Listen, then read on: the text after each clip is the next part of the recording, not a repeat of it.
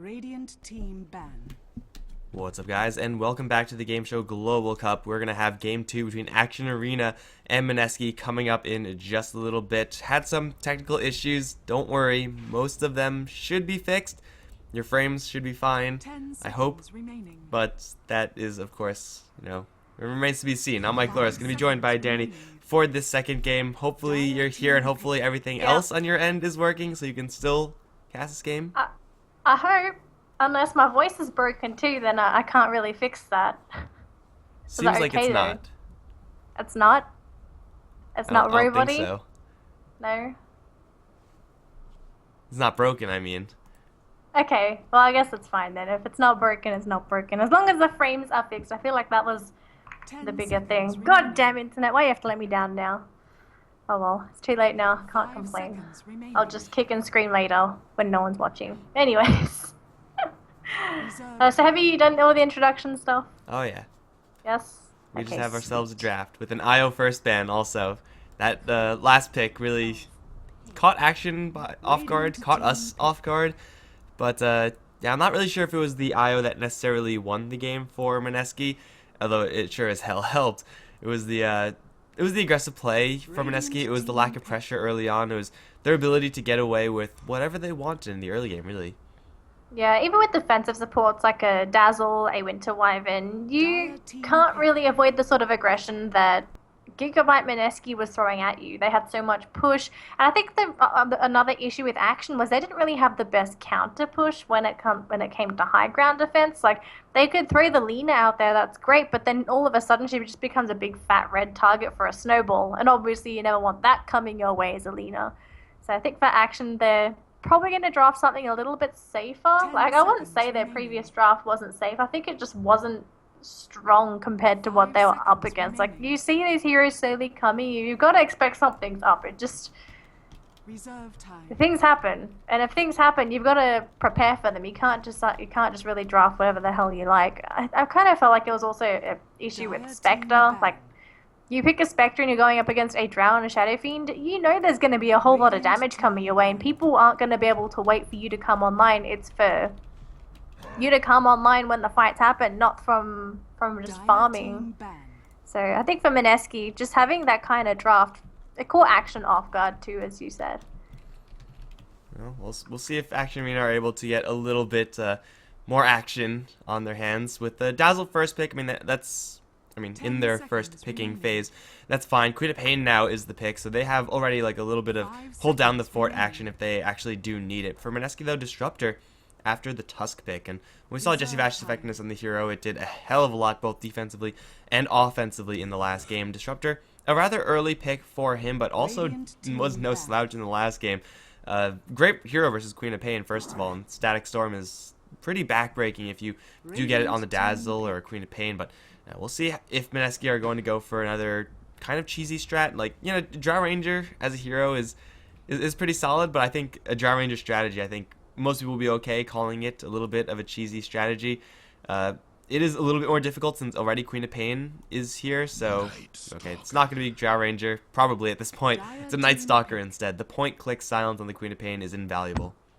There's a lot of silence on the side of Mineski, and this is going to be probably one hell of a game for Queen of Pain, because there's so much control. There's going to be loads of silences. Oh, I like this hero pickup now for Acion. They're going to pick up the Ogre Magi, one of the tankier supports. Gives you a stun, gives you a slow, sometimes you get RNG, and that stun all of a sudden turns into a massive nuke. So RNGs is better be praising or shining his halo on top of this Ogre Magi. Maybe this is what could possibly turn some of the fights for Acion. Beastmaster pick up for Mineski. Now, if you pick up a Night Stalker, you're going to grab an Aghanims anyway, so you're going to have a crap load of vision. Now they're going to have even more with the bird. I think they just want to see the entire map. This is a little bit strange. They have some flexibility with these heroes, but 9 times out of 10 we see Night Stalker nowadays in either the 4th support role or going towards offlane in some sort of dual lane capacity, which is still possible, but Tusk and Beastmaster very much so this in a similar spot. I guess they can put like Beastmaster mid, which used to be a real big thing, Night Stalker mid alternatively, but neither of those two heroes have a great matchup going up against the Queen of Pain, so that's always a little bit of an awkward situation for whoever is in that matchup. And this is also 3 melee heroes, which is something that is very punishable and is very punishable by the heroes that Action Arena have picked up now. Queen of Pain is great up against melee heroes. She just annihilates them all because they're typically a little bit more clumped up. Same thing with Gyrocopter. You don't want to be anywhere close to a Gyrocopter if you can help it, unless you're actively going for those kills. So these cores for Action Arena are really well equipped at dealing with what Mineski have, and Beastmaster and Nightstalker, they're good at getting those single target pickoffs, but they have to work through an Ogre Magi and they have to work through a Dazzle. It's a lot of sustain for Action Arena to just protect the Gyrocopter, protect the Queen of Pain. Mineski are going to grab the Clinks as the last pick, so don't really know what their lanes are going to be looking like right now, but Clink's most likely going to go towards the safe lane. They are not running that cheesy draft strat, but they're going to be running a draft that has similar aggressive tendencies. I'm kind of looking at Mineski's draft. I can see why they want the vision. They want Clinks to try and go for those little solo pickoffs. Like Clinks plus Tusk will definitely get kills easily. Same with Nightstalker and Clinks actually. So I like how Mineski's gone for this aggressive carry that can actually provide something to the team when it comes to gank. So the vision will help. The tank ability will help as well, because when you come to those team fights, Clinks has 3 bodies to absorb damage before Action's going to be able to reach the Clinks. Like Queen of Pain can try and go into the backlines and jump on the Clinks, but that's when the Disruptor comes in, just glimpse at the Queen of Pain back, and how's the chase going to continue on from there? So it looks quirky for Mineski, but I think if they can execute this draft, they can definitely roll over Action Arena, because remember, there are 3 strength heroes, and you have to consider, is there enough damage output from Action to kill all 3 of these strength heroes? I feel like as the game goes on, Action's going to start running out of damage to kill these heroes. Like, they can kill a couple, but when it comes to a complete team wipe, I'm going to think it's almost impossible. Well, similarly, you look at Mineski's draft, and you're like, will they have enough sustained late game damage to kill off the Action Arena heroes, who aren't really super tanky, but Beastmaster, Nightstalker, Tusk, they can sometimes find themselves in situations where they do a lot of damage, but usually Nightstalker falls off pretty hard. Beastmaster is great in that utility role, and same thing as Tusk, but Clinks is really the only one who I would say, does solid damage throughout all portions of the game for Mineski, and that might be a problem for them down the line. They have to try to just get the initiations off on their own terms during the nighttime with the vision that they have. Blow Roar, void someone, cripple the Queen of Pain if at all possible, and the Clinks has to wait till the last possible second to actually show himself before they actually get going with those fights. In that type of scenario, they have, I guess, the complete opposite of the last game where they had all the damage in the world but none of the control. This time, they have all the control in the world but maybe not enough damage. Yeah, that's what I'm thinking as well. But hey, they might be able to make it work. This could possibly be something along the lines of a Deso Tusk, like an early Deso Tusk with a Shadow Blade. So I think it also depends on who they decide to prioritize the farm on. Who would make the most of the farm? Because if you pick a Nightstalker, you normally want him to get the farm so he can get the Ags early. But I feel like with the Beastmaster, they can kind of delay the Nightstalker's Ags. Yeah, they kind of behave very similarly, Nightstalker and Beastmaster. They're just very much so on the aggressive tempo game with the vision mixed in as well. Based off of who's playing what, you would expect that Jesse Vash would he took to the offlane last time. Charlie was support Io, but this is definitely a different scenario. So we're just going to take it as it comes, guys. This is game 2 between Mineski and Action Arena, with Mineski up 1 game, so they've already won at least 1 point from the series. Winning this one gives them another 2. They're going to put Saber or Royer on the Tusk this time. Jesse Vash is on the Nightstalker. Got Trolley on the Beastmaster. Looks like he might be going solo mid. KC on the Disruptor once again. That leaves Despair on the Clinks safe lane farming. On the side of Action, who is going to be on the Dire side for today? Up top, we have the Last Airbender playing on our carry Gyrocopter. We have Chompoy playing on our Ogre Magi. Towards the bottom section of that hill, we have Yash playing on the Queen of Pain. Little Jesus on the Dazzle. I love this guy. Whenever they play Dazzle with this, it's just... I don't really want to say too much about it. I could probably go in too Flavor deep points. with this. It's flavor points. You get brownie points for stuff like this. Well, just for casters, it's not going to help you win the game. If names could win you the game, we'd see some very interesting ones. And finally, we got Nevertheless on the Earthshaker. Alright, so I'm just going to make sure that this all works. There we go. We're good to go, and looks like they are going to be looking for a fight. Action Arena should be looking for this level 1. Even though Mineski's heroes are no slouches level 1, they're not really comparable to an Ogre Magi who has Boots first and Ignite. This is the aggressive build you want to go for. Orb Venom optional, but in this game probably is going to be picked up, and of course we all know how ridiculous Gyrocopter is at level 1. So it should just be just the bounty rune for bounty rune. Beastmaster going to go with very, very few items. Not even any shared tangos, which is a little bit strange. I would expect at the very least to get one. He's just going to gun straight for a bottle, and I mean that is kind of what he has to do up against this Queen of Pain, since the matchup is kind of rough and he needs to be spamming out those wild axes. But Jesse Vash, please be a good guy. There you go. Share some tangos, because if there was a, you know, early level 1 gank with Ogre Magi Earthshaker, it's definitely a very high possibility that that happens. They could very easily look at it first blood on Beastmaster, then his bottle is going to be delayed, and then his lane is already lost. So yeah, he's going to be fine probably to get his bottle here. Yeah, and the thing is as well, that if Trolley is in trouble in the mid lane, they don't have the best supports to sit into the mid lane to help out Trolley, because he's going to hit with the Ignite, Poison Touch as well. That's lethal damage, Poison Touch, damage over time, chalking another one for the Dazzle. And he's going to get the D-Ward. As tanky as Night Stalker is, doesn't have a Stout Shield or anything like that, and just ran into one too many heroes. Ogre Magi, again, Boots Ignite is the aggressive build you want to go for, and Night Stalker clearly can't survive up against it. I don't think really anyone can survive against it. Maybe Clanks just by outrunning him, but yeah, it's really hard to compete up against an Ogre Magi. I would like to see a super aggressive playstyle coming out from this Ogre that we kind of didn't see from the last game of Spirit Breaker. yeah, absolutely. I'd actually like to see that the Ogre Magi come online in this game. I love seeing Ogre Magi actually get items, because then all of a sudden every stun turns into a roulette of whether or not you get lucky or not. Quite fun to watch.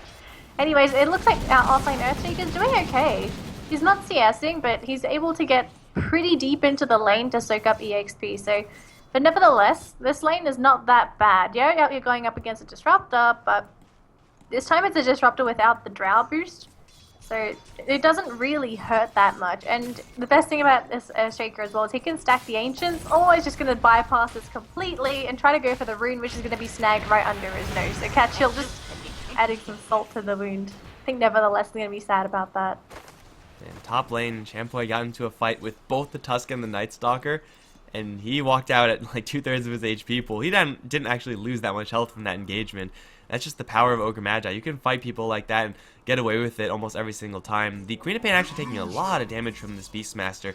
Took a couple of axes, even Beastmaster ran up and hit the Queen of Pain once, which really shouldn't be happening, but either way, Beastmaster going to go for a pretty standard mid Beastmaster build. You get that 1 point for the Hawk, get the vision up, but aside from that, you want to get axes, and you also do want to get Inner Beast, as weird as that sounds, because you want to be pushing the wave all the time, so that you can get those runes, and you can, once you get level 6, rotate to those other lanes. So this lane is actually being managed very well by Trolley, drawing even with the Queen of Pain and not losing any HP. In fact, he's taking out a lot more of the Queen of Pain's HP, who has decided not to go for any Shadow Strike. That's kind of curious. Yeah, I'm surprised about this as well. Maybe he thought the bottle would come out extremely early and thought maybe the Shadow Strike wouldn't really be enough. Unless he felt really threatened in the mid lane and he felt like he really had to go for the 2 points into Blink, because let's be honest, you can get Scream of Pain at level, I don't know, 2 points into it now, but you're not really going to be killing anyone, and oh god, Yash, you'll be so careful with those axes, you can't really ignore it, and here we go, Ogre Magi, keeping an eye on his buddy. She blinks right into Disruptor, however, Thunderstrike, he glimpses her for some reason, doesn't even need that. Queen of Pain is going to fall to the damage over time from the Disruptor. It was a perfect lure there, or I guess, I don't know what that's called, a bait and switch? Something like that, but they pushed the Queen of Pain right into that Disruptor. Only level 3 here, only level 1 Thunderstrike, which actually does do quite a bit of damage as far as spells go, despite the fact that it is damage over time, and they set the trap perfectly, and the Queen of Pain walks right into it. Now that she's going to get some help, Blink in with the Fissure onto Trolley. Fire Blast is here, plus Ignite. Trolley is super tanky, though, just being that Beastmaster cannot bottle anymore because of Ignite. He pops the board, trying to slow down this Queen of Pain, and the Scream, though, will get the kill. Here comes the Night Stalker from behind. This is level 2 Night Stalker versus 3 heroes. I don't like his odds here. He'll have to leave. He'll grab a haste rune so that he can leave very quickly. But, yeah, that's just a really aggressive rotation from Action Arena, getting a much-needed kill for that Queen of Pain. Absolutely. So at this point now, is this going to be where Mineski becomes aggressive as a team? Because though you look at their heroes, they're not really being bullied out of their lane. You could say all of the lanes are almost being won or struck it even. Because the Queen of Pain, right? You'd normally pick a Queen of Pain because she's a solid mid lane that's good at harassing and should technically win her lane. But that's not the case for this Queen of Pain. What happens to Yaj now? Does he just sit in lane to try and get that level 6, and then at that point then he tries to go for rotations? Because Trolley's dominating this mid lane. He's just walking up to Yaj and hitting him. I still don't know how he's actually doing that. Queen of Pain just like CSing while Trolley's closing the distance, I suppose. And Trolley does have that roar, and it is also nighttime. And this Queen of Pain might not know that the Night Stalker is right around the corner. Beastmaster's chasing for her. She's gonna blink into the creep wave, but there's a Night Stalker waiting for her up on the high ground. Void to slow her down. Roar to follow up with axes. They're not gonna use it just yet. There it is. Just axes, in fact. No roar needed. They know that blink, you know, even if it was prioritized at this point, which is it never is, wouldn't be up.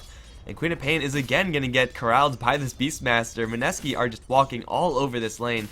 These movements from the Beastmaster and the positioning of these supports, absolutely perfect. Something we very rarely see, forcing the Queen of Pain's blinks into more heroes.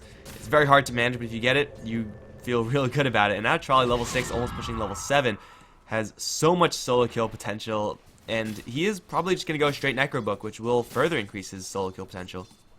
This is quite scary now for Action, because this Queen of Pain is supposed to be the pillar for Action supports in their off lane, because it's the one supposed to create momentum, although Despair's we jumped on here by 2 strength heroes, and they're both melee at that. Now, is he going to be able to get a counter kill into Nevertheless? He might get lucky. He does before he goes down. Very lucky. If he actually didn't get that and died, it would have been unfortunate, but here comes the choo-choo train. A Ketchel as well as Trolley. They want blood and they want Chomp Win. This is a lot of blood for 2 people, so this will be ample amount of supplies for maybe the next 2 years for them. Unless they can't open the blood bank and this Chomp Boy actually gets out, although he shouldn't, so that's going to be the end of the reign of Ogre Magi. Saber, is this lethal poison damage? It's going to be close, but he will bottle out of there. He'll be just fine. Just Bash will back off safely as well. Ogre Magi just getting caught in a corner. Going for that Clink skill, I mean, probably makes that trade worth it for the Action arena since, yeah, Clink's down, but he does grab his Soul Ring and Ring of Aquila now, and Saber up towards top lane. Sonic Wave from Jay. Oh, well, he's going to bait out the Snowball, and now the Tusk is just completely screwed. You cannot miss your Sonic Wave. You don't even need it with the Fissure coming in from the Earthshaker. Jay's going to make a rotation 2-2 and 0. Both these mid laners getting quite a bit of action on their hands, but still it is nighttime for another minute still. Night Stalker hasn't really had a great nighttime phase thus far, though. He is now level 4, so come the next nighttime phase, he's going to need a little bit of farm, and he can probably step up the aggression to quite a certain degree, but we are going to see one last play, it seems, up on this top lane. TP coming in. It's going to be that Tusk. And Clinks is already going to jump onto Nevertheless. He's going to get obliterated by the Searing Arrows. And Little G's not looking too healthy either. They're going to snowball in for the last Airbender, who's going to get graved up. But now they're just going to focus on the Dazzle. There's so many creatures. The Rocket Barrage doesn't actually do that much. With the Void coming in, that's going to be Dazzled down. Last Airbender will get hit with the axes on the return. And Despair is going to draw a double kill. Action Arena get absolutely smashed on this top lane. And then it's going to be daylight. So it's, yeah, time for them to sit back and try to get some farm. But now, after all is said and done, Jesse Vash has a much better start, level 4 with Urn and Boots. Despair is now going to collect a couple of kills, so he's 3-1-1, and Trolley, he's only like 100 gold away from that full Necro book, and with level 3 axes, he can get that farm super quickly, and still, even though it is daytime, Jesse Vash has a Void, a point-click nuke with a Roar behind them. They can get kills on whoever is going to come up in this top lane, if it's just one hero. If you look at Action, they've got pretty squishy heroes all around. I don't want to include Yoga Magi, but I feel like he's just the tankiest of the lot, the most armor, most HP, and they're going to try and go for a smoke into this top lane. They've only got 3 heroes so far in the smoke, but they're going to get a 4th here with the Gyro that's just TP'd in. Now, this is the question, is Mineski going to hang around? Can they spot this? And they haven't even seen anything as of yet to have detection. They do, they're going to jump on Despair, so at least they get the Clinks kill. Can they get a bonus though? Jesse Vash would be the cherry on top if they could. And they could try and dive this, but can they catch him? That's the issue. Where's the Earthshaker's Fissure? It's actually on cooldown for 6 seconds. There's the stun from the Yoga Magi, and they're going to tower dive for this. All 5 heroes. I think that was much needed, regardless of whether it was desperation or not. They know they were behind, so they had to get 2 kills at least. I mean, it's good recognition there that they can go ahead and dive that Night Stalker. However, they're going to lose their bottom lane tier 1 while that happens. So though they do get the kills, it takes literally the entire team to do it, and they will make it a tower trade after all is said and done, but those heroes are now just, you know, all stuck on that top lane. They're going to have to TP out or slowly disperse out, whereas the Disruptor in the meantime is getting free time to farm, and sometimes it's going to be valuable, sometimes that's not, but in this case he grabbed Arcane Boots and he's grabbed level 6 off of it, so yeah, dying on the top lane for Klinks and Night Stalker, not exactly ideal, but they got so much space created for the rest of their team that it's probably worth it in the end, especially now that Trolley and Despair are going to jump right into the Roche Pit. There is no medallion right now on the Klinks, which is a little bit unfortunate. It's going to be coming up probably next if he doesn't want to turn this Sage Mask into an Orchid, but still with Trolley's level 1 aura with his summons, Roshan's going to take a hell of a lot of damage. He also does take the last will damage from the Necrarena as much as that does. But right now, Action Arena have no... I mean, they do see it, because now the Disruptor's going to walk in, but they're just nowhere close. Aegis for Despair. I don't really think you could have gotten a Roshan that early if you're running almost any other hero, except for junglers, I guess, because... You saw in the Roche Pit, right? That was a freaking zoo. There was 2 boars, and there was also Necronomicon units tanking everything up, and they're also doing a significant amount of damage too, so that's an early Roche going in the way of Mineski, and that Aegis is going to be really beneficial to the Klinks, because it means he can be a little bit more ballsy when it comes to getting ganks, and I've said this in my casts time and time again, if you haven't heard it, great. Klinks has a issue where you can have him farm like a normal carry if he'd like, but the most efficient way to make use of a Klinks is to actually farm your gold by killing heroes. Kind of like an OD where farming camps, you can farm them, it's fine, but it's just so painfully slow because you don't have anything to clear creep waves quickly enough. So, just fair. He's going to take a roar. Backup is not there. The shards are going to kill him off right when the roar is going to time out, so no grave. Short glimpse back on a Champoy, who's going to throw a Fire Blast toward Trolley. This hero is so tanky. Blinkin' Scream's going to kill off the Tusk. No Echo Slam used just yet, but nevertheless going to throw out some more axes as Trolley, but he's probably not going to escape this. Sonic Wave will come through and we'll get the kill. KACL, Blink forward, Scream going to get a triple kill over in this mid lane. Klinks and Night Stalker nowhere nearby, probably a good thing there. They were dancing for quite a long time over in this mid lane, but the Queen of Pain, maxed out Blink, maxed out Scream, is going to be slightly stronger in those types of fights given the mobility that she gets. Again, Night Stalker gets the tower in exchange, but for Action Arena, that's a 3-0 exchange over in mid. Now Queen of Pain has 2,300 gold. And Klinks, he has his medallion now, so now it should be about the time where he's going to be hunting for those kills.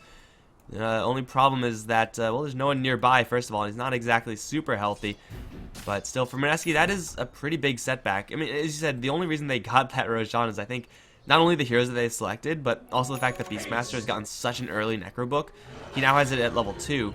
He's going to be ready to go pretty much full on at this point, especially with the Night Stalker, who is now in nighttime. So this is going to be another testing point for Action Arena. Can they actually hold up against this? Because the aggression is going to be, again, stepped up another notch by Mineski. Probably as soon as they finish up clearing out these creeps, they're going to look to smoke maybe, or at the very least make an aggressive play. Absolutely, and I think for Action as well, if they're going to try and defend a tower push, which could come at any moment considering the heroes that Mineski's running, Action have to bring all 5 heroes. They can't just fight with the Queen of Pain, because as we said, Queen of Pain, she was set back a little bit. She hasn't got her Aghanim Scepter. She's getting close, but I just don't feel like Yash is threatening enough yet. He does a little bit of damage, but he's still extremely squishy and Despair sitting in the tree line hoping that someone's going to come out. He hasn't seen anyone else yet, though. He's actually going to hit Yash once and just go hide. I'm not too sure what that was about. Maybe just a hello. Well, they have backup, though. Hawk is going to spot Jesse Vash charging in. Does have 1 point Crippling Fear. That's a 5-second silence at level 1, because it is still nighttime, and they are going to walk right over an Observer. Oh, that's actually their own, so never mind. They're smoked up still anyway. Now they're not anymore. Looks like Action Arena might be smoking up themselves. At least Little G is thinking about it. Saber's going to throw some shards. Catch Champoy. Will for some reason not do damage, because shards are really inconsistent like that. Like, I think that should have done damage, but who knows. Looks like that smoke going real deep for nothing, but should, regardless of that fact, put them in a position where they can go for this tower. I don't see Action Arena being able to defend this. They're going to look for a trade, but this is not a tower that they can bring down before they lose their own tower. And Mineski should be able to teleport back if they really want to. Well, actually, never mind. They just don't have TPs here, so no TPs. You're going to hold this mid-tier 1. But does this mean that Mineski tries to put a little bit of damage under the T3 then? They're backing up now, but I think they're just going to leave Despair here to do some tower damage, whereas the rest of Mineski's going to try and reinforce this T1 tower. I think Mineski, they can absolutely fight without the Klinks. They have the level advantage, they have the item advantage, and here we go, Action's just going to disperse. They're so afraid of the Night Stalker. Unfortunately, oh, Glimpse catches out the Earthshaker. That could be huge. They're going to even commit the roar with this, but there's the grave. Will he survive though? The damage is there, but do they have any more damage output? They do, so the Necronomicon units finish it off in the meantime, but Disruptor gets jumped on by the Queen of Pain. Snowball's there to catch out Yash. Does he have He's silenced up. He's not getting out of here regardless. He's just going to kind of look around and say, okay, rest in peace with Queen of Pain. I'm done for. And that's going to be a complete 4th-and-1 trade. And the Clinks is not going to bother with the Noga Magi because, let's admit it, who will? Too tanky. Don't waste your time with that. Not yet. Maybe once you get your Desolator, maybe. But aside from that, Mineski just get good initiation on the Shaker. They kill him off, even kind of wasting the Static Storm there. So if that fight went poorly for them, I could definitely see why. The Gyrocopter, I think, just got picked off by the Clinks, who at this point is doing so much damage. Had the packed up, so is doing, you know, a little bit more. And of course, now with the Solar Crest, he's going to have that giant minus armor swing onto any given target.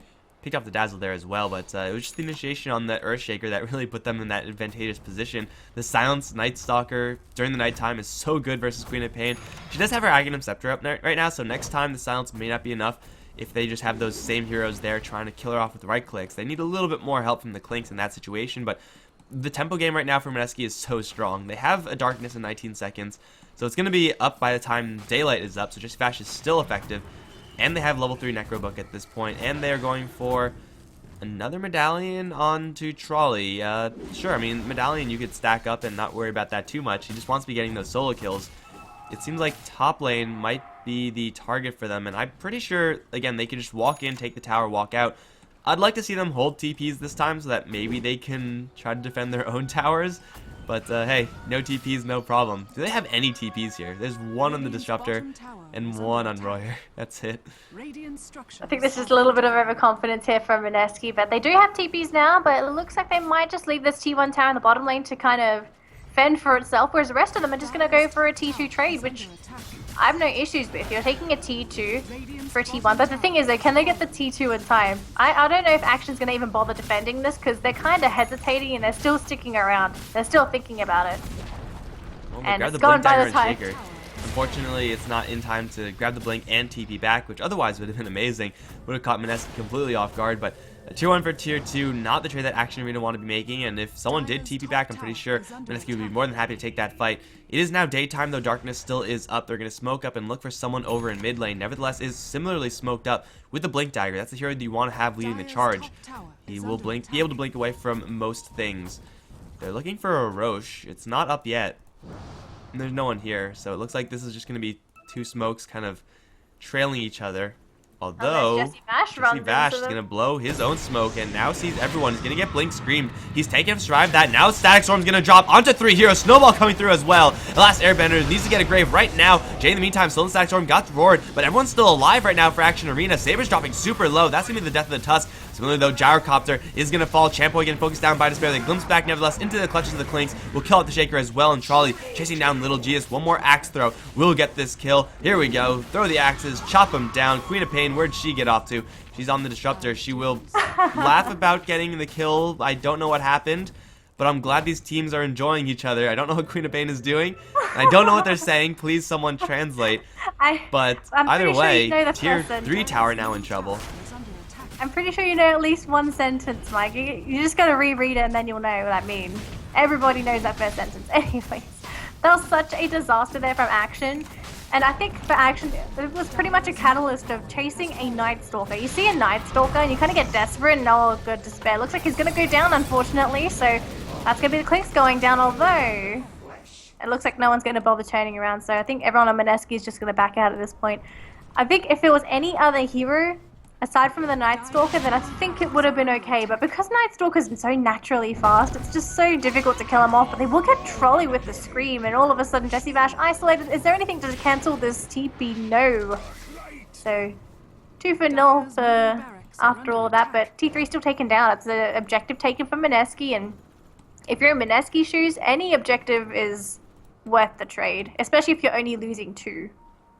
And it's only 19 minutes. It feels like this game might be a little bit longer. Like, if the clock showed 30, I would not be surprised. But it's only 19 minutes in at this point, and Mineski are still on this heavy tempo game. And if your tempo game is taking all the tier 2 towers at 20 minutes, you're pretty happy. A tier 3 tower, that makes it even better. The Clinks and Beastmaster dying were just careless deaths from Mineski. I guess weren't paying attention to the Action Arena respawn clocks. They were entirely avoidable if they were you just walk away as Clinks. You don't get with the fissure, you don't die. But the Static Storm there really set things up from the Disruptor. Catching 3 in there, getting Disruptor in to do his thing as Clinks. Now Clinks has the Desolator and the Solar Crest, so a hell of a lot of minus armor. That's a minus 17 armor swing. And with the Searing Arrows as well, he's hitting for 200 a pop, 260 a pop. With minus armor, 300 easy, 330 maybe? Seems like a decent amount. Just, you'll see it eventually, Mike. You already made a promise you weren't going to do maths yesterday. No, that was yesterday. Okay, I guess you like your math then, that's fine. It's okay, math. It's okay, Hey, Mike. I'm just giving a ballpark with his damage output. I don't know how much minus 17 armor actually gives, but what he's already hitting for 200, I could assume that it's about that much. Depends on the base armor as well. Depends on the base armor of the hero. Like if it's Queen of Pain, she'll be sitting at she'll just be sitting at negative armor. Don't do it. Don't I'm get not gonna bother. Just ballpark it and then say that's more or less correct. I'm not even gonna ballpark it. That's the thing. If I try and ballpark, I'm just so off. People start laughing at me. There's a reason why I detested math when I was at school. I still did it. I just didn't like doing it. Well, that'll be a real act of defiance if you just didn't do it. They're going to chase forward for Champoy. This Ogre Magi has a Force Staff, but there's a Clinks right next to him. Again, only needs 4 or 5 shots. Ooh, the Solar Crest comes in a little bit late. I don't know how much damage each arrow did. One more is needed. They can't quite get it there in time, though. Despair now is close enough. The Grave is going to block that damage. Ogre Magi wouldn't have died to that anyway with the heal, but in the meantime, they're going to catch the Queen of Pain. Static Storm is available. They'll drop it on her. She has Haste Rune. She has a regen. None of that is going to help her here. Caught in the field. And KACL is really going to be happy about that one because of, again, I don't know what's going on. But either way, Queen of Pain down for 50 seconds, has no buyback. 50 gold away from it, in fact. So close yet so far. And, oh my god. Are you kidding me? 20-minute Aghanims on Disruptor? Seems good. This is, I think, all the games I've seen today, every single Disruptor has been mostly rich. As in, disgustingly rich. As in, rich... as in this Disruptor's richness. Okay, I'm going to stop right there. But anyways, all the Disruptors I've seen today have been extremely successful and very wealthy just because, okay, this was what I've heard previously from a different cast. Disruptor is a really, really strong hero in the metagame. He's just so strong against the heroes in the current meta because they're all weak to silences. And also just having the pick-off potential from the glimpse is huge. You can, if the enemy's retreating, you glimpse them back and it's a free kill for your team. It's like a bounty hunter with track. You kill a hero. Of free kill. Oh goodness. No way. Can I actually get him in time there? The Dazzle was there. I think Little Jesus is always there at the right time. Although he's gonna lose his own life. Oh no. Okay, that's not what you wanted, but I think it's better than the Gyrocopter. Yeah, but still, it's a kill. Despair now is going to charge the high ground with the Aegis in tow. I mean, Disruptor, Aghanim Scepter, at this point, for the Mute at least, you get a little bit more damage since it lasts longer, but it's not even, like, that good right now, honestly, since there's nothing that he actually... Oh, no, there is, since there's French BKB. So never mind, BKB up, but no, they're just going to jump in right towards the Queen of Pain. Call down is there. Despair going to hold his ground versus last Airbender. He will lose his H immediately. Charlie with the Roar is going to slow down the Gyrocopter. Static Storm now up, and the Clinks is going to respawn. Last Airbender is going to slip away, but the Earthshaker will not. Despair still firing off these arrows, doing so much damage, but... Oh, now with the Aegis down, they're going to play this a little bit more cautiously. Beastmaster has picked up a Blink Dagger now, but he's so weak, doesn't really want to walk in here. Despair still firing with these racks. Is fortified now. The Necro units are on top of it. They'll take that down, and range Raxes soon to fall afterwards. Despair now should just leave. He's going to eat the boar. Oh, what a monster. Fire 2 shots towards the Queen of Pain. Get a short glimpse back. Will break the Yules. Little Jesus so low at this point. They're going to force that in the Ogre Magi. I don't know if that's the right plan. Sonic Wave through will miss Despair. Snowball's coming in. But the Tusk really shouldn't be here. He's going to get way too far in. Doesn't have a blink to get out, and he's going to fall. But still, melee Raxes and range Raxes taken. It's time for everyone to leave. Despair, I don't know why you're still here. You should try to leave right about now. Jesse Vash wants in, however. He also has his Aghanim Scepter. Okay, everyone just leave now, please. You're going to give me a heart attack. That's a successful objective again for Mineski. Only 23 minutes in. Rax is taken. Kind of feels like game 1. Yeah, Mineski, just go home. There was just a slight overextension there. They were probably thinking that they were much more ahead than they actually were in Despair.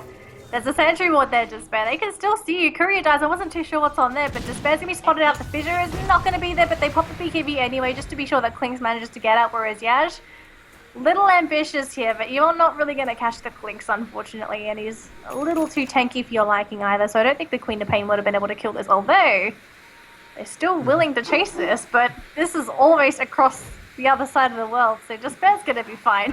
He's even gonna laugh it off as well, but the Queen of Oh, Pain, he still wants in, though. is gonna commit. Oh man. Does he really want to? And he misses the scream. No, that's not what you wanted. He's gonna use him for the air though. Trolley's here with the roar. That's gonna be the end of the Queen of Pain. Well, unfortunately, you can't take a free ticket across the end of the world for nothing.